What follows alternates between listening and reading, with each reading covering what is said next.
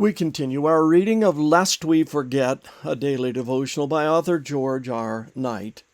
Today's reading, October 1, Righteousness by Faith and the Third Angel's Message, Part 3.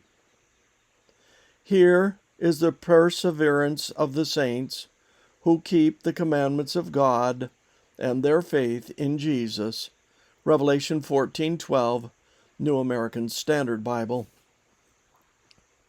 Nearly all Adventist interpreters of Revelation 14:12 before 1888 saw the faith of Jesus as a body of truth that one should believe and keep.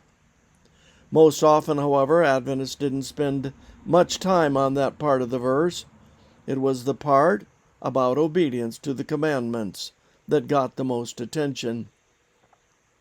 Thus, as we noted earlier, Uriah Smith underlined the word keep when commenting on the text in January 1888, and G.I. Butler did the same for keep the commandments of God in May 1889.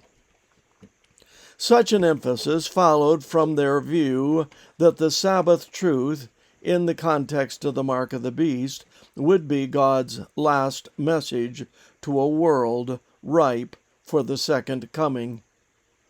It is slight wonder that such an interpretation and emphasis often led traditional Adventism into the realm of legalism.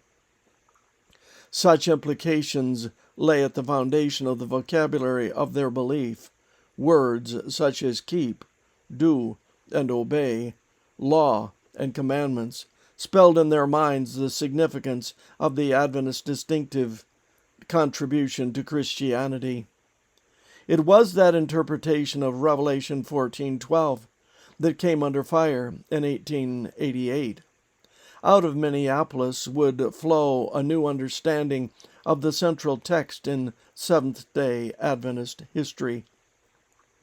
Jones hinted at the new interpretation in December 1887. The only way in which they can ever attain to harmony with the righteous law of God, he wrote, is through the righteousness of God, which is by faith of Jesus Christ. In the third angel's message is embodied the supreme truth and the supreme righteousness. Note what Jones had done. He had equated the supreme truth with the commandments of God and the supreme righteousness with the faith of Jesus, which he implied was faith in Jesus. At this point, we should merely note that the Greek phrase at the end of Revelation 14:12 can be translated in either faith of Jesus or faith in Jesus, as represented in the translation of today's text from the New American Standard Bible and many other versions.